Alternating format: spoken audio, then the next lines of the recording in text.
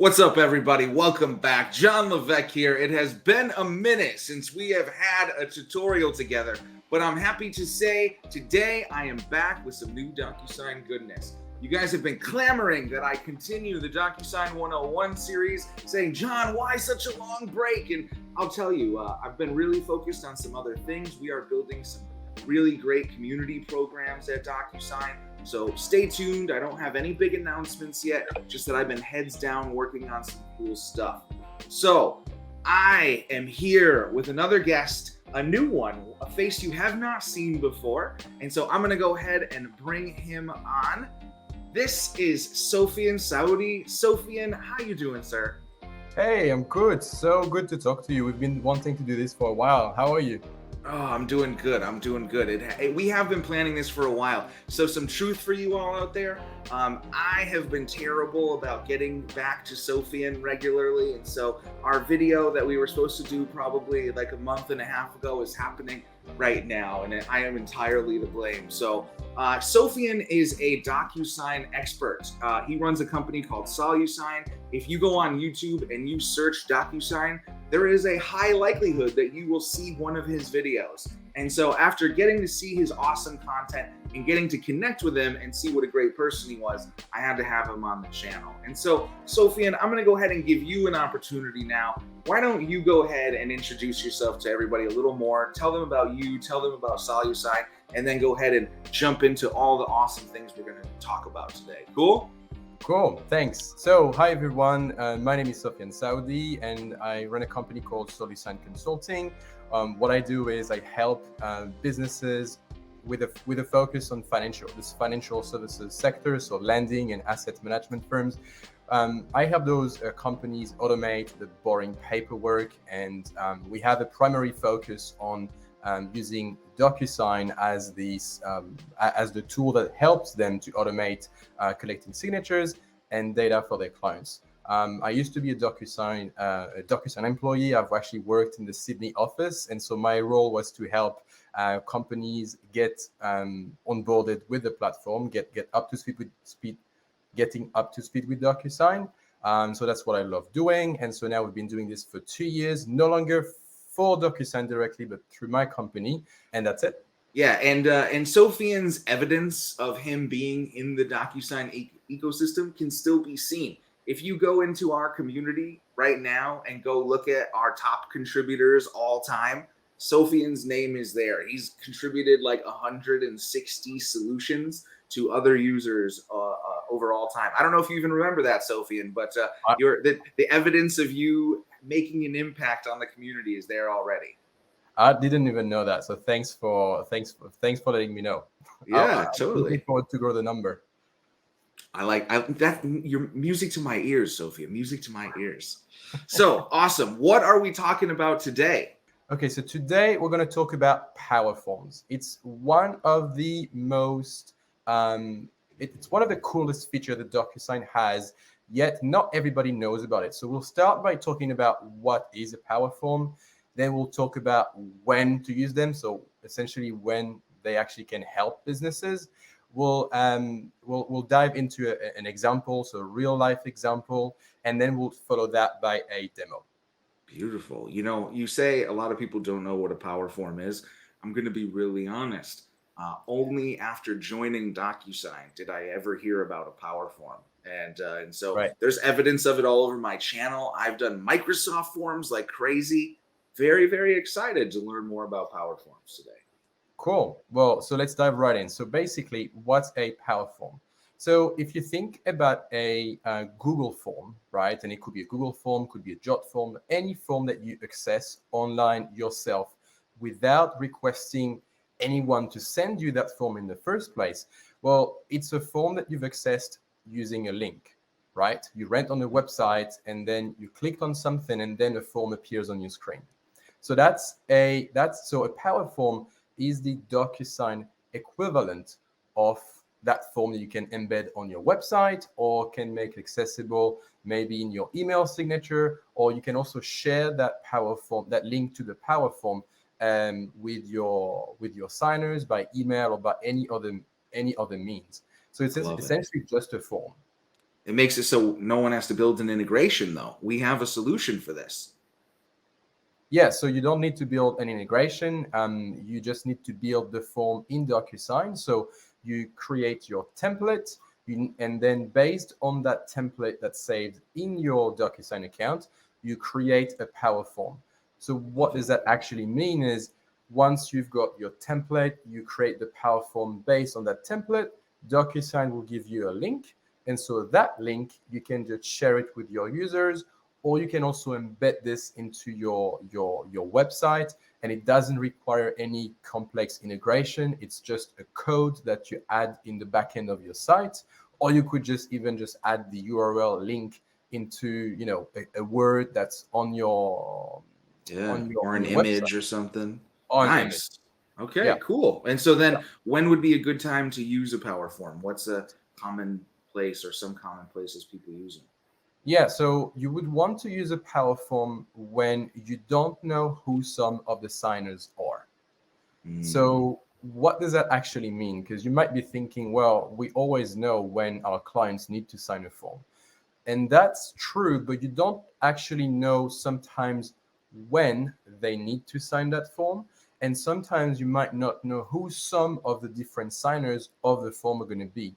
So, for example, actually, let's just dive right in today's example. okay. So, if let's just say that we are a firm called XYZ Loan, right? We are a Okay. financing firm, and we do help small businesses secure loans. Well, those application forms that we need our applicants to fill out so that we can fund them, they need to be filled out by all the owners of the company that's applying for the loan. Got And it. so we might know one owner of the business, but we might not know all the owners of the company that's applying for the loan. And in the US, at least, I'm not sure about other jurisdictions, but you need to have all the owners all the shareholders that own more than 25% of the firm to complete the loan application forms. Got So it. you might not know in advance who all those owners, all those shareholders are. Plus, if you wait for the first owner, let's just say the main applicant of that loan, to reach out to you or to your sales team and say, hey, I want a loan, well, you're essentially no, I wouldn't say maybe creating friction, but you're adding an extra step. So we need to get the first applicant to reach out to our sales rep so that the sales rep can send them the application form. Got it. But if Okay. we use a power form instead, we can make the loan application form available to our website so that we don't need to wait, so that the applicants don't need to contact us in the first place. They can just go on the website, select, hey, I want to apply for, I don't know, I want to borrow 250K. I'm going to I'm going to create my on demand self-service DocuSign application form without having to reach out to the reps in the first Mm. place. You're saving a step. So two savings I think actually that I'm hearing here. One is we don't have to wait for someone to contact a direct salesperson. We have a mechanism that allows them to go ahead and just self-service. And two, we are actually cutting down on the amount of back and forth communication needed to gather everyone who has to be included in this loan. This allows us a process to gather all that information up front and minimize contact not only in the first step, but in some of the information gathering steps as well. Yep, it's exactly that. And so time savings happens at all levels, and from a customer experience point of view as well. Everybody nowadays expect to be able to do stuff on their own without having to request for the form or something. You can get an Uber in 2 seconds, you can get your meal delivered. So it's the same concept. People want to be able to do to create to get there to make an order and to themselves Yeah. automatically. Yeah. Self-service, right? I don't want to wait. I don't if I honestly, I think if I have to wait for a salesperson to send me something, I'm already probably over you at that point. Oh, completely. And Yeah. it just goes a long way. So if you make these kind of services available to to people without creating any frictions, or by removing that first step, you're clearly showing your clients that you care about the experience. And whilst company A is making you wait to access the form, well, company B has already got everything available. Clients can fill out the form, and they're already they're already one step ahead. So I would expect that clients who are looking to purchase a particular service or product, if they can do it themselves, they're going to go with that firm. They're not going to wait for the other firm to get back to them. Totally. Cool. Okay, awesome. And so how does this break down? We have the PowerForm, and so you said we have a template. We build a PowerForm on top of that. We send a link out to everyone. I think I understand the process and who we're building this for. You ready to jump into a demo? Yeah, sure. And so one last thing that I wanted to add to today's example is that we, XYZ loan firm, work with brokers. And so those brokers, they resell the loans to people that XYZ loans doesn't know. And so another great thing about the PowerForm is that the URL that they are made of can be customized to add some variable information. And so why is that helpful? Well, in the case of XYZ loan, we want to be able to know who is the broker that referred the application. And so by before we share the link with all those brokers, we can do something to the link to make sure that the form includes the name of each different broker without having to do a lot of customization in the template. But it'll make more sense when I'll show you how to do it just now. So essentially we get to make one link, we make small customization to it, which then gives an identifier for us so that we know who is actually using that link or referring that link. Exactly. Without having to create, if we have 10 brokers that we work with, we don't need to create 10 different PowerForms or 10 different templates. Nice. Yeah. Very cool. Okay. So let's dive right in. And just before I start creating the PowerForm, I want to show you what it actually looks like once it's built. So it's basically a link that I've clicked on, and this is the landing page of the PowerForm. So we've got here instructions that we can customize, but essentially on the PowerForm landing page, the person who's accessing the PowerForm gets to enter their name and email, and they can also add the name and emails of the other optional recipients that might need to be included in the PowerForm. So in the example of, in our use case today for loan applications, we don't know in advance how many shareholders will need to access to complete the loan application form. So then the shareholder number one who's accessing the form can enter the details of those extra recipients. And then once they click on begin signing, they access the form and they can fill it out. But now let me show you how to actually build that PowerForm in the first place. Okay, so the first thing that you want to do is you want to locate the template that you want to create a PowerForm for. So once you've built your template, you can create the PowerForm. Before I create it, I just want to show you what the template looks like. If you've never created a template before, I have a video on creating templates. Sofian has videos on creating templates. Check the description down below. I'll link a couple videos there on how to create a template so that you can understand this process. So this is the template that we want to convert as a PowerForm. I've already added the 4 different recipients. So we've got shareholder 1, shareholder 2, 3, and 4.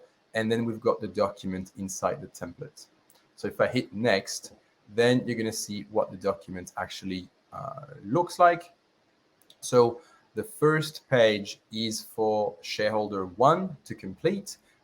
We just want to know the company name, how much money they want to borrow. They need to explain how they want to spend those $250,000. And then we have fields information. And then we have fields for shareholder 1 to complete. And then we have fields on the second page that relate to each shareholder personal information. So how much of the company they own, and then fields for the addresses. I've already gone ahead and built all the fields. You don't need to know that to see that part because it takes time. But I've basically, what I've done for each field is made sure that the data label of each of my fields makes sense, so has a meaningful name. So for example, if I look at this field here, which is the date of birth of the first shareholder, I called this field shareholder 1 date of birth. And if I go to the date of birth field of shareholder 2, then it follows the same naming convention, but I've changed the field, I've changed the shareholder number. The reason you want to do this is because PowerForm offers you a very easy way to export all the data you collect in the fields into a CSV. And so you want to make sure that each of your fields have a meaningful name, because when you export that CSV, you want to be able to see what the value that was entered in your by the signers in the field relates to. So you just want to pay attention to that, and that takes quite a bit of time. So that's why I haven't done that with you today. So once we've got the template built, then we want to go in the template and select the template, sorry, not go in the template, then click on more and then create the PowerForm. Here you get a chance to change the name of the PowerForm. You can customize the email subject that will be received by shareholder 2, shareholder 3, and shareholder 4. And you can also customize the message that appears at the very top of the landing page. So for instance, so since only the first recipient will see that message, because that's the person who's going to click on the link or that PowerForm, we can maybe just add something like, please provide contact details for all shareholders of the company, whatever you want. Yep. And then before I click on create, you also have a few options here. So you can require an email validation, meaning that when before shareholders can access the form, they need to enter a code that they receive in the email. And you can also set an usage limit. So if you're worried of the number of people that are going to be submitting PowerForms, you can set user limits based on their email address to make sure only one person can submit that, or set a time that your signers have to wait in between each submission. So don't worry about people just blowing all your envelopes in one go. And once you've set up all of this stuff, you just click on create, and then DocuSign gives you a URL.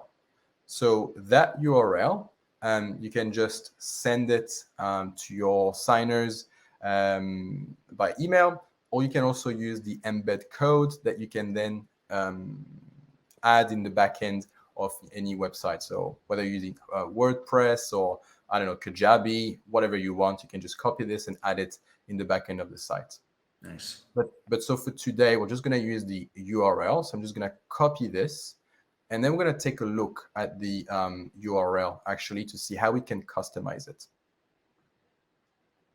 Because I forgot to show you, but the reason we want to customize it is that in the very first page of our application form, we have this field here, which is called broker. And so what we want to see in this field as XYZ Financing is the name of the broker who referred the customer who submitted the application, because we need to pay them commissions. So what we want to do is we want to customize the URL of the PowerForm before we share it with the brokers who are going to share the PowerForm with their customers, so that we have the name of the broker in that field. So let's take a look at the URL in a Word document. Yeah, this is a very important step, right? If we don't get our brokers paid, they're not going to continue to refer us customers. So I feel like this one's vital. Yeah, exactly. And so if you don't have this step automated, then as XYZ Financing, we don't have an easy way to know who is referring the customer. So that really removes complexity from the process as well. So here we've got the URL of the PowerForm. The only thing that we need to do is to add an ampersand sign. Actually, I'm going to zoom in a little bit. And then add the name of the field in the URL. So if you remember, the name of the field is called broker. And then we're going to add an equal sign and then add the name of the broker. So let's just say the broker's name is John Smith. And by the way, you can add a space, or you can also add a plus sign if you're anxious about adding a blank space in your URL, but it will actually either way will work. So now what I'm going to do is copy that URL and paste it in the browser. All right, so now I've landed on the PowerForm landing page, and what I need to do as the first signer, so the first recipient, is to populate the name and email for each shareholder of the business that's applying for the loan. So I'm just going to add some dummy data here. Let's just go with Samantha Smith, and then why not? And then we're not going with Bob Smith. Her lovely husband. And Frank, the cousin or the son. It's a family-owned business. Okay, so now that I've added all the recipients who need to act on the form, I'm just going to click on Begin Signing, and then the envelope loads. And as you can see, we have the broker contact name already populated with John Smith. So that shows the cousin coming on business. Yeah. Awesome. All right. So now what I'm going to do is populate all the fields with some information, and then I'll show you how we can export the data from all those fields as a CSV. Beautiful. All right, so let's just go with small business ABC.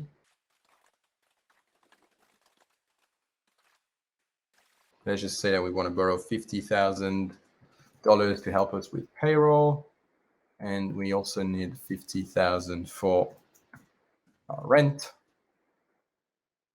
and we also want $50,000 for parading expenses, and we also want $50,000 for just capital. Yeah, makes sense. So now that I've submitted the PowerForm on behalf of all the shareholders, what I can do as the administrator of XYZ loan, go into the Manage tab and then in PowerForms, and then I can look for the actual PowerForm that I've set up in the account. So we can see I've got one response that's here. So what I can do is click on download, and then it's going to ask me the date range for me to download the responses. So you can download the date range, I don't know, for like last month, last year, or just one day. I'm just going to download today's and show you what the CSV looks like. So that's what the CSV looks like. You can see that in that E column, we have the name of all our fields. And then on the F column, we have the value that was entered by all the recipients.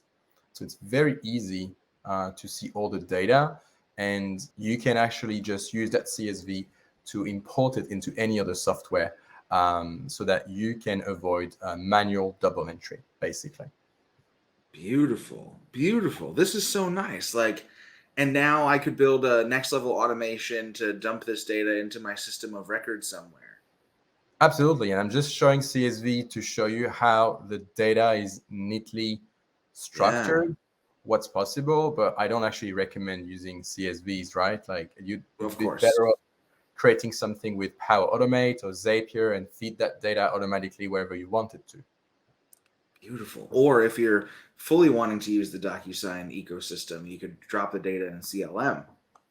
You could, absolutely. Yeah. You could also do that. Yeah. Awesome. Wow, this is awesome. I'm so excited to learn that we have a solution like this. I love forms. I've talked a lot about forms and automating them. And so getting to see DocuSign's version of this is really, really cool. I appreciate you sharing your knowledge on this with me, man. You're welcome. And so that's super powerful. I believe anybody should take advantage of PowerForms, particularly if you've already got a DocuSign account and you're not taking advantage of the PowerForms. Definitely think about the benefits, the use cases where your clients or maybe even your colleagues would benefit from having access to a form themselves without having to request that form, and then just go ahead and build it. Like you've seen it, it's not difficult. Once you've got your template, create a PowerForm, share the link with whoever you want, make it available on your website, and you're just saving time for everyone, really.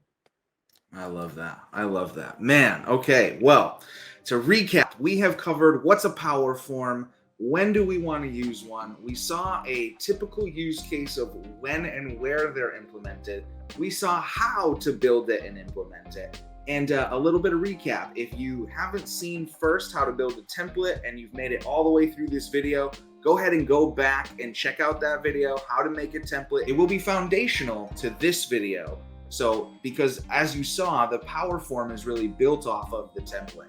And so they go together. So go check out Sofian's video there on templates. Also, go back to the start of the video, scan his QR code, get connected with him. If you have questions on DocuSign, if you want help on integrating, if you need someone to come and step in and build something like this for you, he would love to hear from you. So go ahead and make sure to get connected with him. Other than that, my friends, we're going to go ahead and let you go. Just going to say thanks for coming and hanging out today. Go get down in the description, check those links, smash that like button, get subscribed so that you don't miss another video. Much love from me. We'll see you in the next one.